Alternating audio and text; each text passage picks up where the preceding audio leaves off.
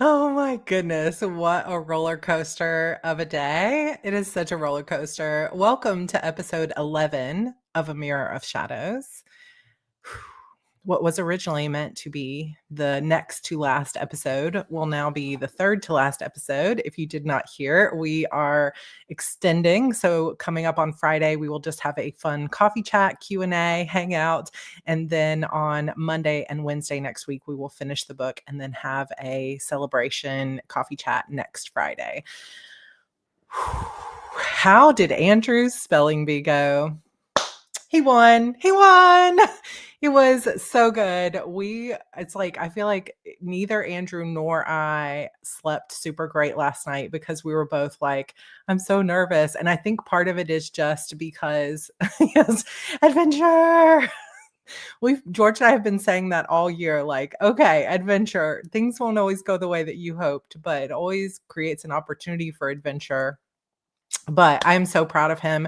He studied so hard, but I think in some ways it's sort of like because so 2 years ago he got 3rd place, and that meant, only the first place winner goes to the regional one, or the regional, and the second place winner is like a runner up in case the first place winner can't go, and he got 3rd.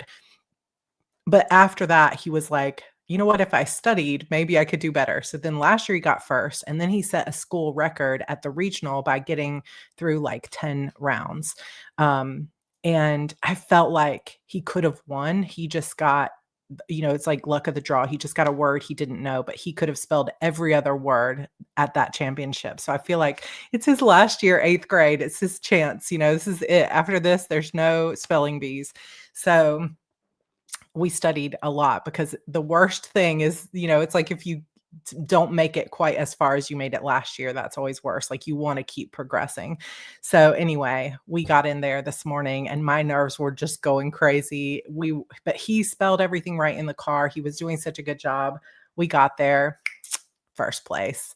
And I saw, like, when the kid that was 3rd place missed the word, like the second letter was wrong, and he looked at me, his eyes got this wide, like, oh my gosh.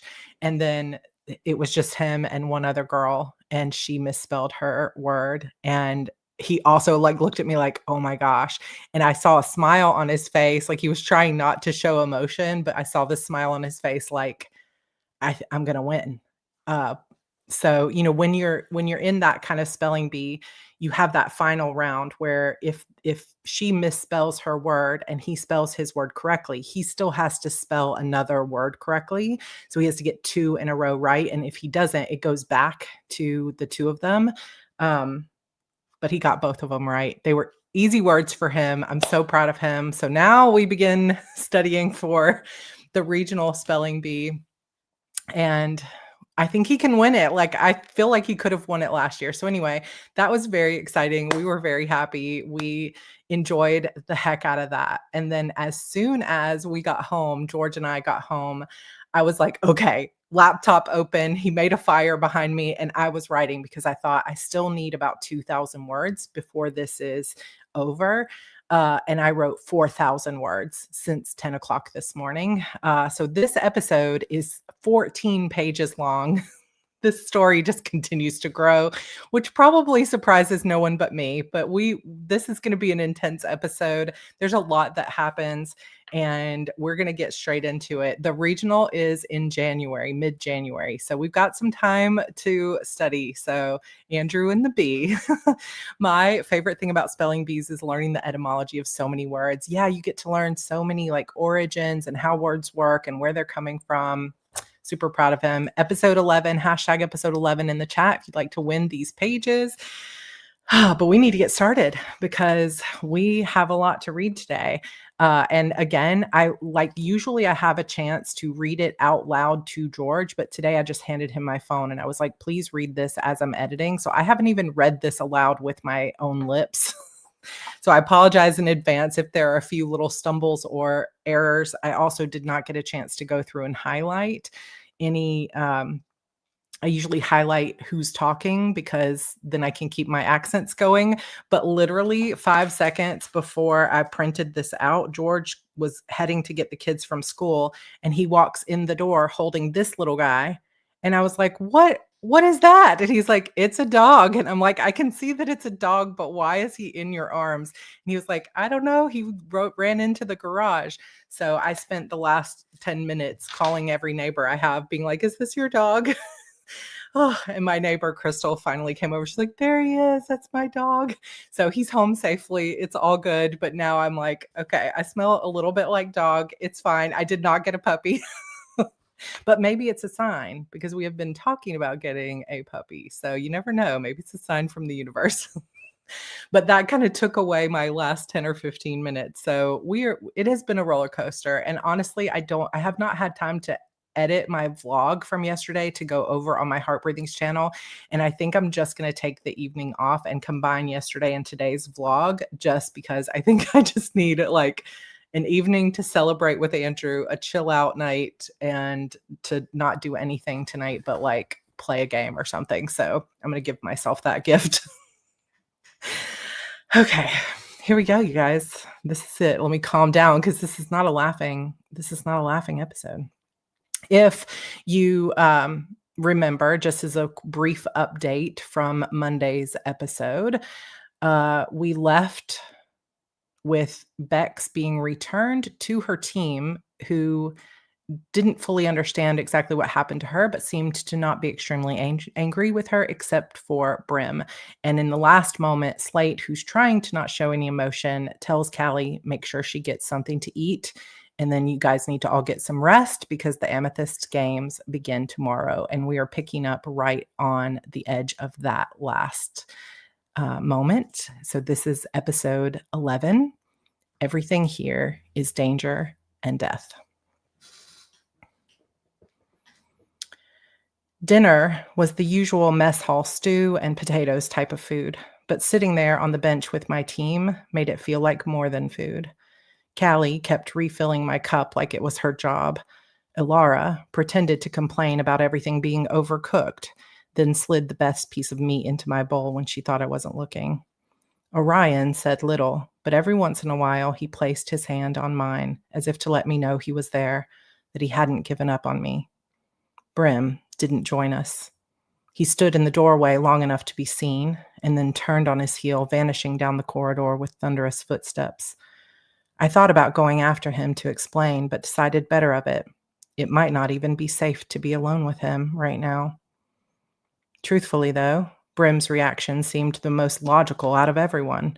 No one on the team knew what had really happened to me out there on the battlefield, so to them, it must have looked like I just got mad and threw my power at the Regent like a petulant child. The fact that they were being so nice to me nearly made me want to cry. We ate until every morsel of food was licked clean from our plates. We'd all need our strength for tomorrow's game, and I wasn't about to waste a single bite. When we reached the small rooms we'd been assigned, Orion squeezed my shoulder. "Good night, my dear. Words cannot express the gratitude in my heart that you have come back to us safely." He gave Callie and Ilara a long look that managed to be both a permission and a warning. "Don't keep her out too late. You all need your rest." "We will make no promises," Ilara said, mischief lighting up her eyes. "What in the world are you both talking about?" I asked, stopping in front of my room. I really didn't want to go in there, if I was being honest. What if there was someone waiting for me, watching me? What if they tried to kill me in my sleep? It didn't feel safe in there. "I want to show you both something," Callie said with a smile. "It will be worth the loss of sleep, I promise." She led us through a series of narrow passages. The corridors were half dark at this hour, washed in violet twilight from the crystals embedded in the walls. My whole body still ached from whatever they'd done to me in that castle cell, but I didn't protest. I just followed. We slipped through the corridors, down a set of stairs, and around a corner into a hall I'd never seen before that finally emptied into a tall gallery.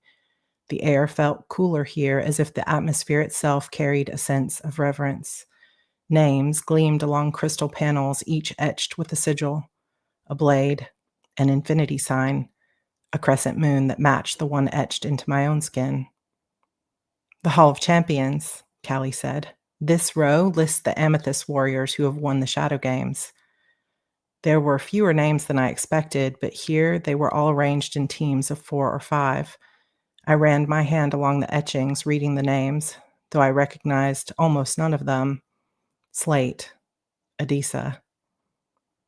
What are these? Ilara asked.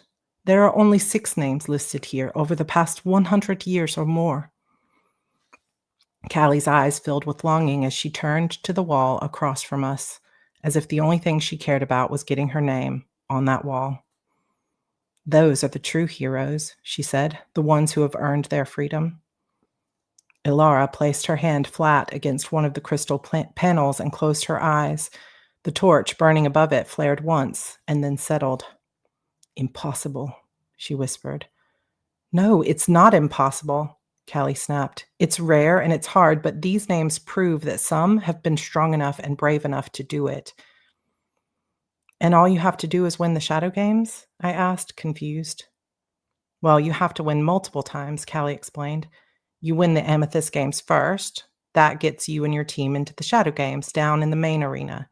Each tournament is run by a different Shard's priestess. So if it's a Shadow Games tournament run by the Sapphire Shard, the winners are awarded a Sapphire Signet. Collect all 5 signets and you get a chance to challenge a Stone Guardian in a one-on-one battle to the death. She exhaled thin and tight. Win that, and the shard sets you free. Ilara shook her head. There is no way out. Callie swallowed. I know it feels that way, but that's not true for everyone.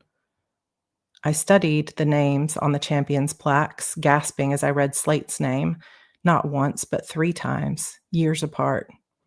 I ran my fingertip across the edging. Slate? He's listed here 3 times. He is, Callie said softly. And why is he not free, as you said? Ilara asked, folding her arms. Callie shrugged. That's one mystery everyone in the Shard has been trying to solve for years, she said. When you win the battle against the Guardian, you don't automatically go free. Basically, that just wins you a private audience with your Shard's priestess, who will usually agree to grant you whatever your heart desires. But everyone always asks for power and freedom. Well, what did Slate ask for? I was breathless as I asked, wondering what could be more precious to him than escape.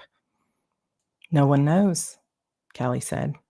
It's been years since he competed, but there are rumors he plans to compete after the Condemned Games are over. Wait, there are games that aren't played by the Condemned? The rules of this place seemed to make my head spin. Callie laughed, shaking her head. Sometimes I forget how in the dark they keep everyone until their first games are over, she said. Twice a year, during the summer and winter solstices, the mirror portals open and new Condemned enter the Shard. The Shadow Games that take place soon after are basically just for Condemned and anyone dumb enough to want in on them. She said that last part with a wink. Like you? Ilara said, her eyes cutting toward Callie with a smirk. Yes, like me, Callie said. But there are other games besides those 2 solstice ones. In general, there's at least 1 tournament every month. Every month? My whole body went cold with fear, like ice being poured through my veins. Don't worry, you won't be required to compete in any except these first ones. Everything after this is voluntary. She frowned. Well, unless the regent commands you to compete.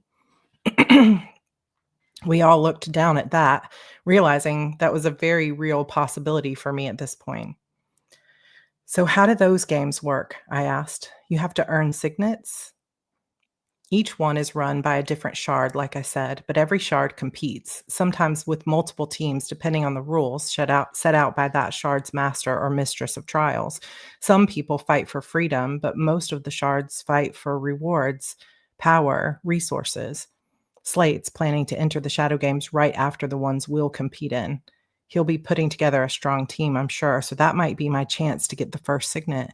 And trust me when I say you should definitely do your best to survive until then. Oh, why is that, other than the fact that I have no desire to die in this place? She laughed. Because watching Slate fight, truly fight all out, it's like watching art in motion. He's unrelenting, impossibly strong and fast. No one can ever get a single blow on him from what I've heard. I've only seen him fight like that once, but it was strangely beautiful. I mean, brutal, sure, but I was awestruck. There's no one like him in the entire shard. Ilara touched her hand to the winner's plaque again and shook her head.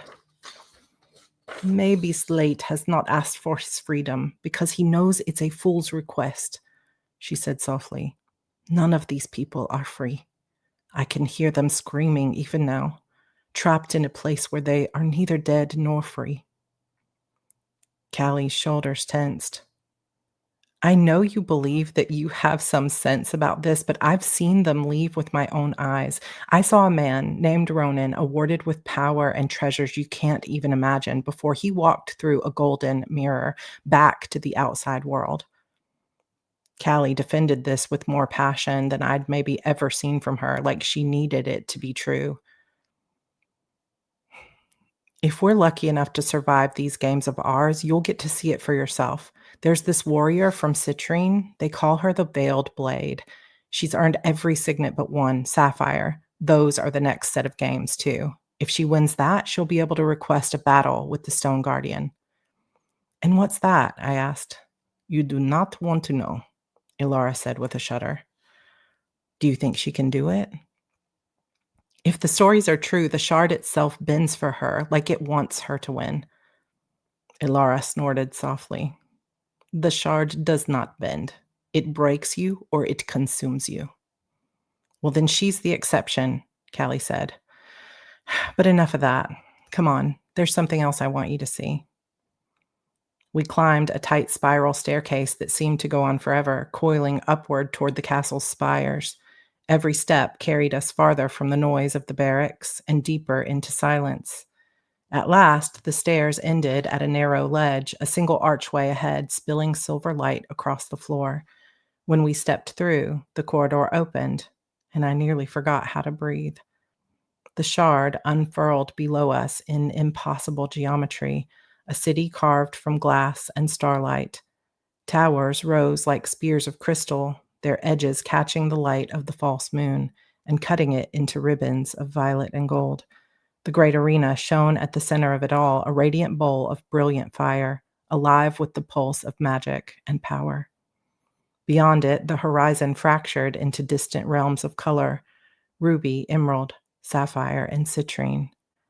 From up here, the shard looked massive, like finding an entire world inside a snow globe, enclosed but alive. I felt small and awed and terrified all at once.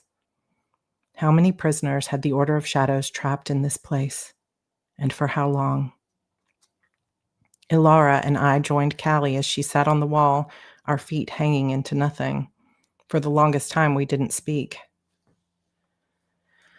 Last time, Callie said finally, her voice almost lost in the open air.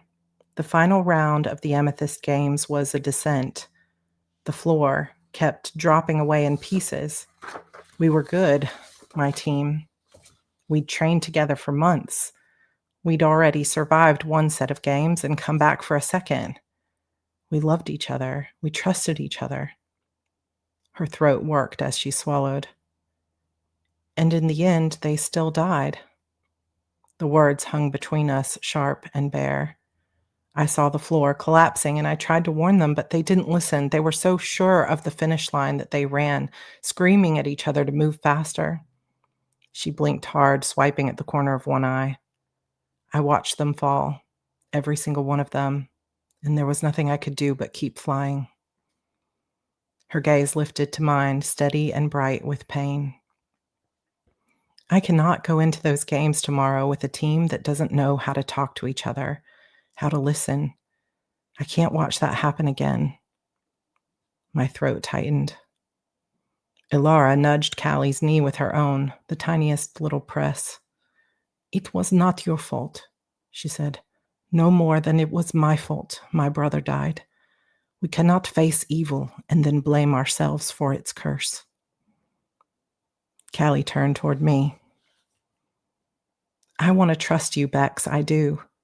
But we were solidly winning that fight in the exhibition, and you threw your magic at the Regent in front of the entire world and almost got us all killed. Why would you do something like that? My body went numb as I realized why she'd brought me here.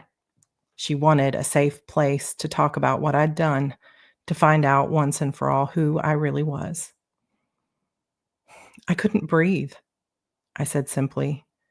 At first, I didn't understand what was happening. It just felt like pressure on my chest. But then invisible fingers wrapped around my throat. I couldn't even draw a full breath, much less explain to anyone what was going on. When I looked up at the Regent, she was smiling and flexing her hand. I'm telling you, somehow it was her fingers squeezing my throat. I think she was trying to kill me in a way that couldn't be traced back to her. I pressed my palm to the spot where I'd felt her magic on me. I was running out of time, so I did the only thing I could think of to do before I died. I threw my magic at her because I thought it would make her let go. I didn't mean to make it worse, but to be honest, I wasn't fully able to think in that moment. I just didn't want to die. Callie's eyes shone. You should have told us that. I tried to, I said, but Brim wouldn't even let me talk. He's already made up his mind about me, and I can't really blame him, I guess. I'm more surprised you didn't all join him in hating me. Callie leaned against me, head on my shoulder for a brief, deliberate heartbeat. I know the two of you don't get along, but if we tell him the truth about what happened, he won't believe me, I said. He's hated me from the minute he laid eyes on me. Has he told you why he's got such a grudge against me?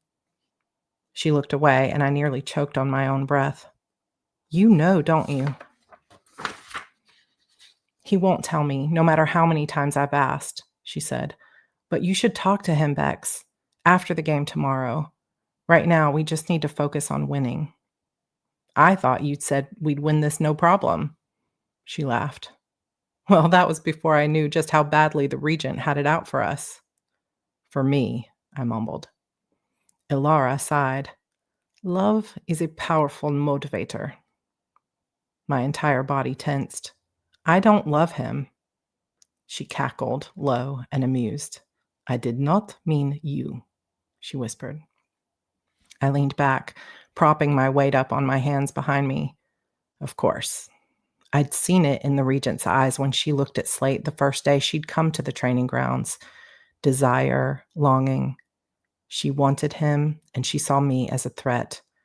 As ridiculous as that sounded, I couldn't deny that there was something there between us, Slate and me. I couldn't fully explain it, but it was powerful, like a magnet, like fate. There are rumors, Callie said, and we've all seen the way she looks at him. Like she owns him, Ilara said. Callie nodded. But I've never once seen him look at her with the same desire. A crooked smile formed on her lips. The only person I've ever seen him look at like that is you.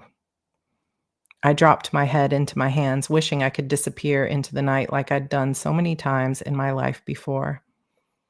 I can't explain what's happening between us, I said finally, but it's putting everyone in danger.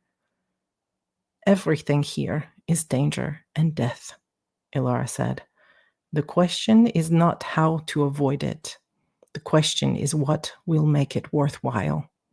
What are you willing to die for? Her words nearly knocked the breath from my lungs. I would die for both of you, I said, knowing it was the truth. For Orion, but Brim? Brim isn't as mean as he wants you to think, Callie said. Did you know that he collects the broken things he finds near the training ground and around the barracks? Buttons, beads. He made me this. She held out her wrist, adorned with a beautiful beaded bracelet. I saw him fix a child's doll last week when she dropped it. He's not a monster, Bex. I blinked. That definitely does not sound like the same person I know. He thinks kindness is weakness, Ilara said, so he hides it. But it is there inside him. I have seen it too. Talk to him after the game tomorrow, Callie said, putting her hand on mine. Once you see beyond that thick skin of him, he's a good man. I sighed. Let's just get through the first round, and then we'll see. Callie laughed under her breath. One more thing. Your crystal, the one I gave you? She watched my face as it fell. It can be mended. Lavender can do it, but she'll need time and you'll need to keep it secret. Give it to her in the morning before we go. How did you know? I asked. I went into your room after they took you to the castle. I didn't break it, you know. Someone was in my room the night before the exhibition. I couldn't believe I'd nearly forgotten to tell them that. I should have known it wasn't safe when they announced that whole thing. I'm not sure I'm safe tonight, to be honest. I have no idea why the regent didn't just kill me in that castle, but I have no doubt she'll try again, either tonight or tomorrow. She will not willingly let me live. You can sleep in my room, Callie said, pulling me into a tight hug. Ilara sighed. If we start hugging and crying like teenagers at a slumber party, I will throw myself off this wall. Callie and I laughed, pulling Ilara into a hug that shocked her at first and then softened something inside her as she leaned in once and then pulled away. We stayed there together, talking and watching the lights of the amethyst shard for another hour until we finally made our way back to the barracks. Ilara said goodnight, but I slept in Callie's room, grateful to have found friends like these in such a dangerous world. We woke early in the morning, ready to face whatever the day might bring. I laced my boots with hands that wouldn't quite stop shaking, then took one steadying breath and another, matching the invisible rhythm I was slowly learning to trust. Outside the room, I searched for Lavender, Callie's stone hidden in my pocket ready to pass off to her. There was no sign of the alchemist, though. Had she forgotten, or had she been blocked from visiting us this morning? My nerves spiked. There would be no outside help this time. Slate was waiting on the path up toward the arena. I tried to catch his eye, but he never once looked directly at me. Round 1, he said. Rumor is the challenge you'll face is called the Glass Labyrinth. It's tough, but it's not as bad as what you faced in the exhibition. The maze will be filled with shifting corridors, mirrored walls, and traps. You've trained for this. Callie swallowed. How many teams? 4, Slate said. One team didn't make it through the exhibition. What's our penalty? Orion asked. Unknown, he said, obviously frustrated, which means you need to be ready for anything. The regent is counting on panic. We'll give her discipline. Brim adjusted the leather at his wrist without looking up. And if discipline fails, or a team member sabotages us. He didn't look at me, but his words made my jaw clench tighter. Arguing with him here wouldn't help anyone, though. If we made it through this challenge alive, I was going to unleash on him. Trust your instincts above all, Slate said. His gaze landed on me at last, hard and electric. You will not go rogue out there. Control your power. Stay close to Orion. If you get into trouble, you tell him what's going on instead of taking fate into your own hands. I nodded once. Yes, Warden. His face showed no emotion at all. Whatever had existed between us before the exhibition was either dead or well hidden. He didn't ask what happened that day or how I was holding up. He didn't ask about what I'd gone through in that castle. Nothing. Instead, he stepped back, shoulders straightening like a proper soldier. Get into formation. We moved quickly. Ilara behind my right shoulder, Callie to my left, Brim a pace ahead, like a dark wall with a pulse. Orion at the back of the group, a quiet and confident anchor to the nerves in my stomach. We entered the tunnel and made our way silently to the amethyst arena. This time we were directed to a holding area with a thick gate holding us back from the floor. From here, it looked as though the upper arena was full. Tiers of nobles and witches draped in color, sentinels glittering in their armor. The regent, like a dark star on her amethyst dais. The false sun rose behind her, casting light and shadows across the battleground. The other amethyst teams waited behind their own gates, scattered across the arena, their faces taut and their bodies tuned like instruments before a symphony. Above us, the 5-sided crystal hung in the air. each facet bearing a warden's mark, just like in the exhibition. Each counter was set to 0, except ours, which showed -50. I glanced back at Orion, and he nodded as if to say this was expected. Stay calm. But I was not calm. We were starting a full 50 points behind, and it was all my fault. A woman walked to the center of the arena floor, and I inhaled sharply. Adisa, the mistress of trials. She'd run the scarf game when we were all in the lower dungeons, but I hadn't seen her since. Did that mean she'd designed this game? And if so, was that better for me or worse? Welcome to the first round of the Amethyst Games for the winter solstice, Adisa said, her voice carrying as if she held a microphone. Magical amplification, no doubt, which would have seemed very cool if I weren't here waiting to face my death. For today's game, we have chosen a particularly challenging competition of skill, speed, and agility, she said. May I present to you the Glass Labyrinth.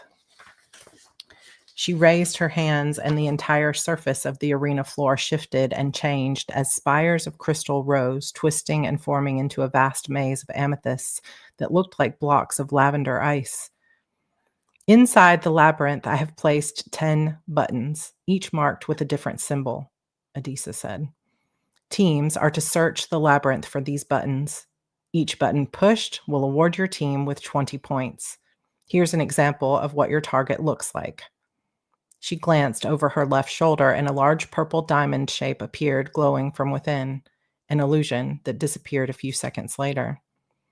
Each team member can only press each button once, so to help with communication inside the maze, your wardens will now activate your marks. Slate turned around, jaw tense as he placed 2 fingers on his own skin, just below his collarbone, where a mark that matched ours glowed faintly. The second he did it, a rush of heat pulsed through me, hot enough to take my breath away. Thankfully, it only lasted a few brief seconds, but the warmth of it never fully faded. Can you hear me? He said, the sound seeming to come from the inside of my head instead of from my ears.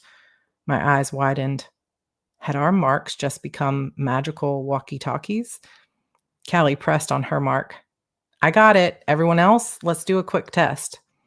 One by one, each of us pressed the sigil on our bodies and spoke, and each voice came in loud and clear in my head. That would have been useful in the last challenge, but at least we had it now. When you find a button inside the maze, make sure to tell the rest of your team what the sigil was, because if someone else on your team presses the same button a second time, you will lose 40 points, Adisa said. If you're doing the math in your heads, you know that the max amount of points that can be awarded from the buttons is 200, but there's another way to earn points for your team. Callie's voice intruded into my thoughts. Because these games aren't complex enough. I smiled, so glad she wasn't mad at me for the exhibition. I wished I'd had a chance to talk to Brim last night. I hated that we were going into this challenge with him so angry at me for what I'd done. Hopefully, once we were inside, we'd just go our separate ways, and I wouldn't see him again until we were safely finished and declared the winning team. Throughout the labyrinth, you will come across various traps and constructs, Adisa said. For each monster you kill, your team will be awarded an additional 10 points. There are 4 teams competing in today's round. The top 2 teams at the end of 30 minutes will move on to the final round in 3 days. I took a deep breath. Top 2 teams only. We could do this. The 2 losing teams will face the dungeons or death at the command of the Amethyst Regent, she said, bowing her head toward the dais. I couldn't be sure from this angle, but it felt certain that the Regent was smiling. If we didn't finish in the top 2 spots, she'd have a good excuse to kill me outright without making it seem personal. We had to win this. Cross-team fatalities are permitted in today's battle, but no additional points will be awarded to a team that kills an opponent, Adisa said, drawing cheers from the crowd. Physical weapons will not be allowed either. Magic and fists only, please. Are there any questions from our team wardens? Eternity seemed to stretch out as we waited for her to speak again. My entire body lit up with nerves. The game itself was complex and dangerous enough, but if the regent tried to attack me again, I wasn't sure what I would do. I would have to trust my team, and trust was terrifying. Could Brim be trusted to protect me if it came to that? Or would he be glad to see me fail? The floor in front of each gate unfolded into corridors of clear crystal, and as our gate slid open with a groan, every nerve in my body screamed at me to turn and run. Unfortunately, I had no choice but to face whatever fate had in store. Brim stepped forward, the first into the maze as each of us marched past our leader. I paused for the briefest moment, lifting my eyes to Slate's. Our eyes locked, and he raised his hand as if to touch me before he thought better of it. The first hint of fear and longing flashed between us before he shut it down again and took a step back. I forced my eyes ahead, determined not to let this be the last moments of my life. Cold air rolled out, and I shivered as we stepped inside. The maze stretched before us, all facets and reflections, an endless hall of lavender light. Every surface gleamed like cut glass, and every step echoed back wrong, as though the sound were half a heartbeat behind us. The wardens go dark from this point forward, Adisa's voice rang out from above. No outside contact until the game ends. Let the first round begin. With those words, giant plates like screens formed above our heads, flashing with images that were too high for us to see clearly. They're televising this game, Callie said. Smile. She smiled and flashed a peace sign, taking some of the pressure off the moment with a laugh, like she always did. Go high, Brim said. Your flight is our greatest advantage here. Callie shifted and stretched her wings once, feathers brushing the air as she flew upward and slammed into an invisible ceiling with a sickening thud. Damn it, she cursed, dropping back down and rubbing her head. I'm no use here. There's no way over the walls. So much for our aerial advantage, Elara muttered. We'll adapt, Orion said, scanning the glass corridors. We always do. A single beam of false sunlight sliced through the ceiling, scattering our reflections into hundreds across the crystalline walls. We need to move faster, Callie said. We need points. I can phase through these walls, I said, taking a deep breath to connect to my power. I can slip through and reach the buttons faster. Brim turned on me immediately, eyes hard as obsidian. Absolutely not. You'll lose control, or worse, you can't be trusted alone. Her unique ability could turn this in our favor, Orion said. Brim stepped closer, his shadow swallowing the light between us. Not if she's dead. Enough, Callie snapped. Brim's right about one thing. Bex can't go off alone. The regent would love to make her disappear inside this maze. My chest tightened. She was right. If I was alone, she'd have free rein to kill me and make it look like a construct. Fine, we'll play it your way for now, but we can't all stay together. It's going to take too long. So we decided to split up. Callie went with Elara, Orion with me, and Brim forged ahead on his own. 25 minutes left on the clock, Orion said quietly as we moved.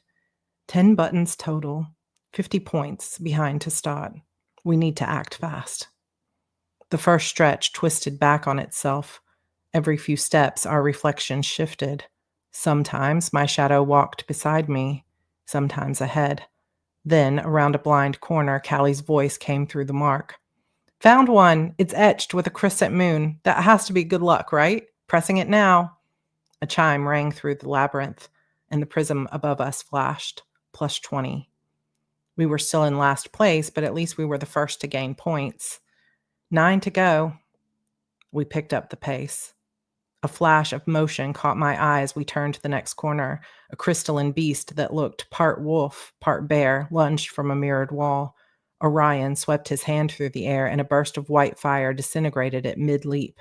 The crowd above roared. Plus 10, I breathed, watching the prism shift. We're closing in. Several other teams flashed points, the rankings swapping back and forth as we moved through the maze, sometimes hitting a dead end, other times facing another creature. Orion and I hit our first button 5 minutes later. Got one, I shouted into the mark, an etched spiral. Our score climbed again, and this time we finally moved from 4th place to 3rd. Not bad, Callie said. We're getting pounded with constructs over here, but Alara's kicking butt. Brim's voice growled through the link. Triangle with a dot inside. Pressed. Another chime. Just 10 points from 2nd place. We were climbing. The deeper we went, the more the maze began to shift around us. Walls slid, openings sealed, corridors swallowed their own reflections. Callie and Alara nearly ran into us twice, laughing breathlessly before sprinting in the opposite direction. We were doing great, but time kept slipping away from us. The 1st place team was killing it, moving farther and farther ahead, while the bottom 3 teams kept swapping places, staying neck and neck most of the way through. 10 minutes, Callie shouted. 5 more buttons to find. We'd fallen to 3rd place again, maybe 4th, the prism above us flashing so fast it was impossible to keep track. Orion and I began to run. He kept a shield around us at all times, which came in handy when a crystal construct emerged from the walls unexpectedly, but we were moving too slowly. Every second wasted was another chance for the Regent to take her mercy back. If we were going to have a chance at 2nd place, we had to move faster. We're never going to catch up like this, I said, breathless, as I stopped next to Orion at yet another dead end. Bex, I know what you're thinking, but I can phase. I can find those sigils faster than anyone else, and we're just wasting that advantage. He caught my wrist. You don't know what's behind those walls. You could be putting yourself in grave danger going alone. So unless you can phase us both, you're staying with me. We'll lose, I said, meeting his eyes. We started at a disadvantage because of me. Let me make it up to the whole team. I owe you that. Stay with your teammate, Brim ordered over the comms as if he could read my thoughts. That's an order.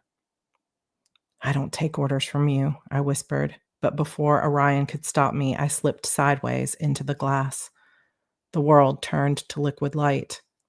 For a heartbeat, there was nothing but cold pressure, like the maze itself was trying to squeeze me out of existence. Then I burst through into another corridor, stumbling to my knees. My stomach spun as I got my bearings, but when I looked up, it made the discomfort well worth it. A button with a sigil shaped like a star was embedded in the wall in front of me. Button found, I gasped. A star. The sound of a chime echoed through the maze as I pressed the button. The prism flickered and our score climbed. 3rd place, 10 points behind the 2nd place team with 5 minutes remaining. I phased again but came up empty.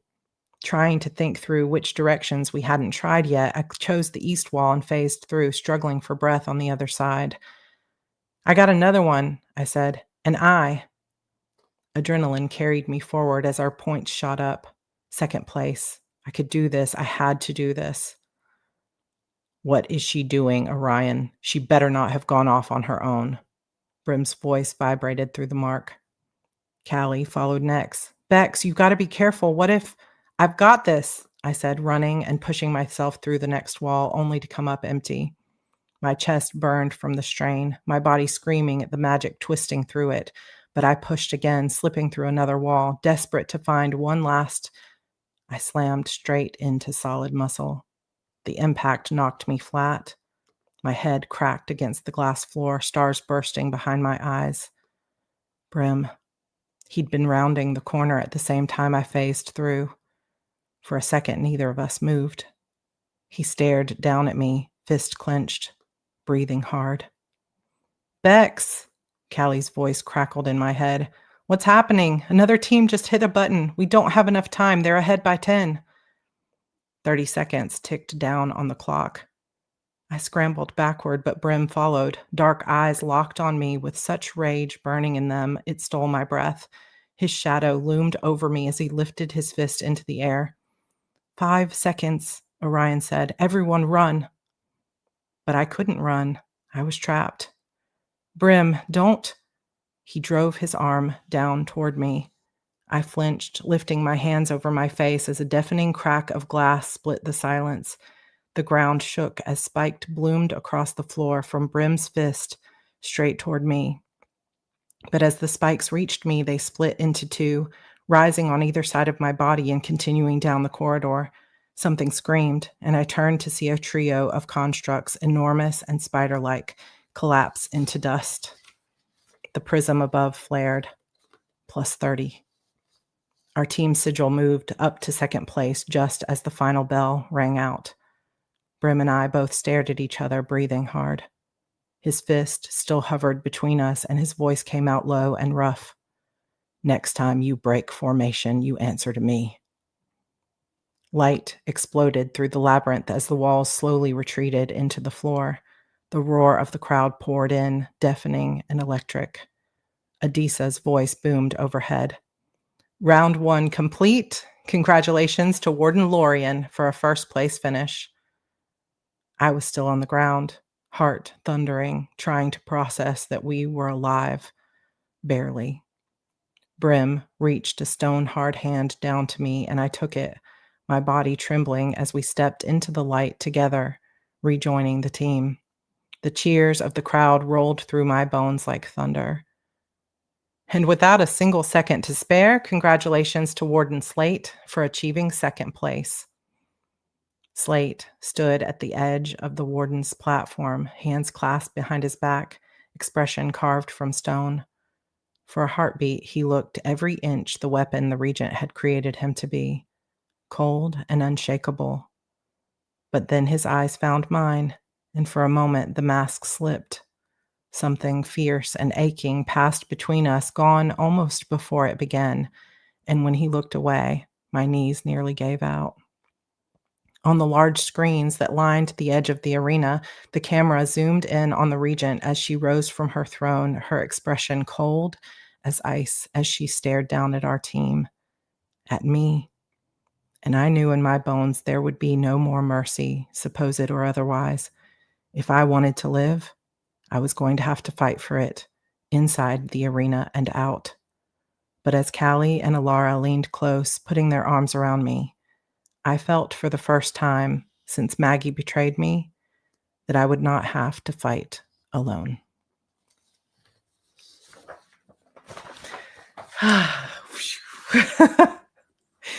Just barely survival. Oh my gosh.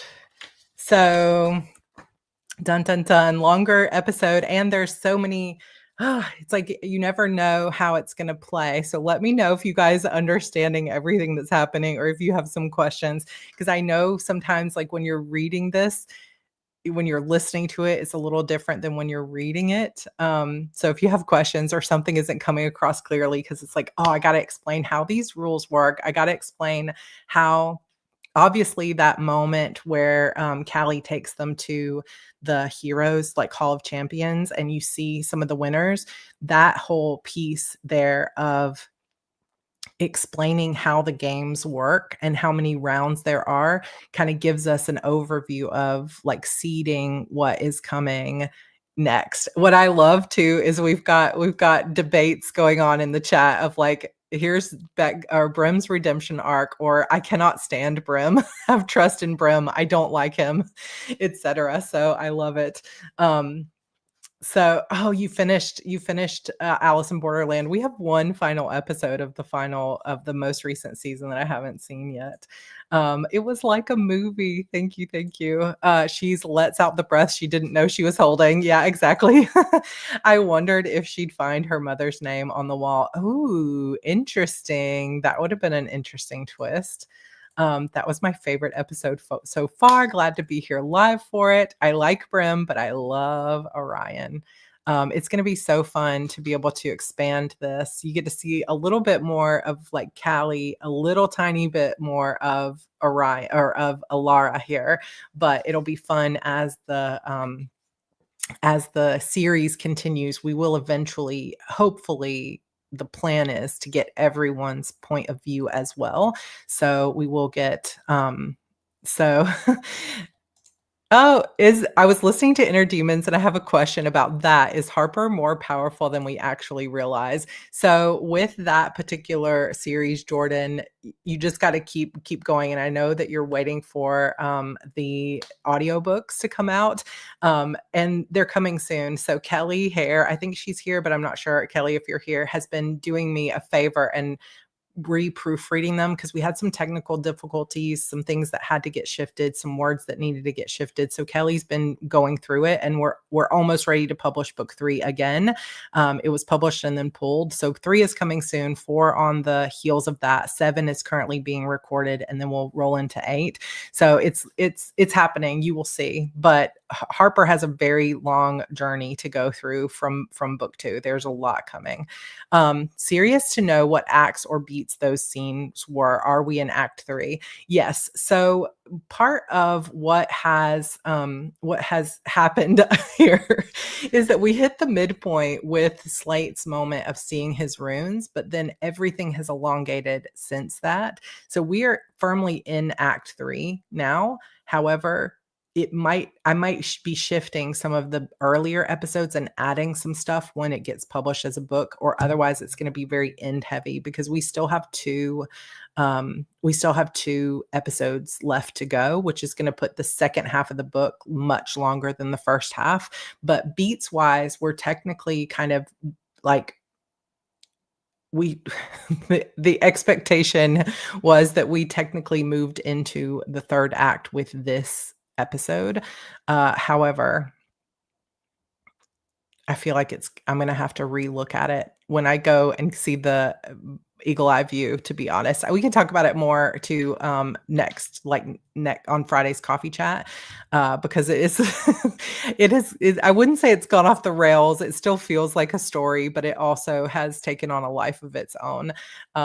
In terms of her magic, there's a lot more to come, Jordan. So I promise it all plays out in ways that you probably will not ever see coming. And that is kind of fun thing about, for those of you that are listening to this, but you've already read all the Shadow Demons books, there's little pieces of things that you probably recognize from the other series. However, with my books, keep in mind that you can't ever take anything for granted.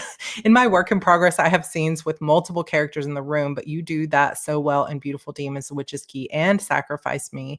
Any tips for writing a scene with many characters? Oh, yeah. So, part of it what you think about is you're usually always, I shouldn't say usually always. Part of it depends on which POV you're in, right? So when you're writing a fantasy that is like if you were writing a fantasy that is kind of older school where you have omniscient point of view, it is less important because you could actually like slightly go into other people's minds and not like kind of head hopping a little bit, but it's like masterful the way people do it when they're writing omniscient point of view. But when you're firmly in someone's POV, like you're in someone's head and you're seeing the story from their mind and their eyes, if you have a multiple POV story, it's important first to look at those scenes, like Eternal Sorrows, for example. There are many scenes there where we have all of the POV characters are in the room. Same thing happens later in the Shadow Demon series, where we have characters that get their own POV, but we're firmly in like one character's mind when we see this scene. And for me, I always start to think, which character does this scene belong in their head? Like, who's got the most to lose? Who's got the most to hide? Who's going to have the most emotional reaction to the information and the conversation being shared in this moment? And then it's a matter of, throughout the conversation that's happening between all these different characters, making sure that you anchor back into that POV with a feeling or a reaction. So for example, in this moment, we're in Bex's point of view when the 3 of them are sitting on the wall talking, but the majority of the conversation is happening between Callie and Bex, and Alara is interjecting every once in a while. But even when before they get to the wall and they're in the Hall of Champions, you've got several exchanges there between Alara and Callie, even though we're in Bex's point of view and she's the one watching it. And so I think you always have to be aware that when you have these 2 characters over here chatting, but this is the character whose POV we're in, we need to make sure that the POV character is somewhat reacting in her mind, even if she's not speaking, like judging what they're saying, having some kind of observation. But it needs to be balanced, because if it's too much, then we lose track of the conversation. And so that is part of where you just really have to start thinking of that balance. And a lot of times for me, I will just go ahead and I will write the conversation, and then I will go back in editing and think, okay, let's make sure we can tell whose eyes we're seeing this conversation through, if that makes sense. Um, yeah, more book. It just keeps coming. I guess we'll see. We're still on the tracks, but the train is on fire. This is possible. This is totally possible. I really like the friendship between Bex, Callie, and Alara, girl power. And of course, the further we get into this, the more we don't want to see anybody die, but we're in a game of death. And so that hopefully will keep you on your toes, but also not make you come after me with fire if something happens. Oh my gosh, you guys, thank you so much for being here for this journey. We are going to take a slightly extended break here, not major, but just a little bit. So Friday will be no new episode. Instead, it will give me a little bit of time to write the final 2 episodes coming up this weekend. And we have Friday coffee chat. So we will still be here 4 p.m. On Friday, and we'll do a Q&A. So put any questions, if you're in the Discord channel, put any questions in the Friday coffee chat, or just bring your questions with you or send them to me somewhere so that I will find them. And like, the worst place to message me is Facebook. Facebook is the worst, but Instagram I check sometimes. Otherwise, no, not unless someone else has added it to Goodreads. I have not personally added it, but it's a good reminder to go and do that. Oh, I fully expected someone to die this episode. I'm so glad no one did. Will someone die at the very beginning of the next episode? We shall wait and see. What's with the stack of books on your desk? Spooktacular giveaways are being signed and sent coming up. Several people won, like somebody won the whole Fairhope series, somebody won the entire Eternal Sorrows series, and so on. So I have been signing the books and sending them out. So hopefully that's all going. I'm also going to quickly pull up my screen, speaking of giveaways. And if you have not put in hashtag episode 11 yet, go ahead and do so now, because I'm going to pull this in just a second. I mostly watch Asian media. So if you've ever watched Home Sweet Home, you don't get too attached to characters. Oh my gosh, I have not. But that sounds sad. I loved it so much. Brilliant. Thank you, Kelly. Congrats, Andrew. And to puppy. I know. And it's not even a puppy. It's a full grown dog, but I thought it was a puppy. But yeah, that's my neighbor's dog. I just had never, she has a big dog. We know that dog well because he jumps all over us all the time and he poops in our yard. But the little dog we've never seen before, because he's mostly stays in the house, but he was out today and he came into our garage, but she was very grateful to have him home. All right, let's choose a winner real quick. Oh my gosh, you guys, I'm having so much fun with this story. I hope you are too. Even if it's going, if the train is on fire, we're still having a good time. Brittany Rose. I did not get a puppy. I don't know if Brittany, have you won before? It's fine if you win twice, but if you win twice, now I can't remember, because Kelly had a list that she sent me. If you still have those, let me know. If you end up winning pages twice, then I will give you the option to choose a paperback instead of pages, so you can get your pages the first time and then a paperback or ebook or something, audiobook, the second time. And then we'll give the pages away to somebody else, but I don't know. Yay, you guys, thank you so much for being here. So we have Friday will be our coffee chat and the BCS breakdown afterwards. Monday, we will have episode 12. Wednesday will be the finale, episode 13. I was thinking maybe Brittany's names come up before, and if that turns out to be true and she chooses a paperback instead of that, we'll do the giveaway for pages 11 on Monday too. No, different neighbor. I called the neighbor we shared the chickens with first, and I was like, Sarah, do you know whose dog this is? And her husband, Ben, whose birthday is today, actually, he was like, I think that's Crystal's dog. So I called Crystal. She's like, I've been looking for him everywhere. Whew, so good. Did I say episode 20? I hope I didn't. Maybe I did. I don't know. Before you go, how did you create a second YouTube channel? And is it harder? easy to create a second YouTube channel. So to create a second YouTube channel, you just need a second Google account. So one is attached to my Sarra Cannon account and one is attached to my Heart Breathings account. It's not hard to create, but is it hard to manage two YouTube channels and keep them growing? Absolutely.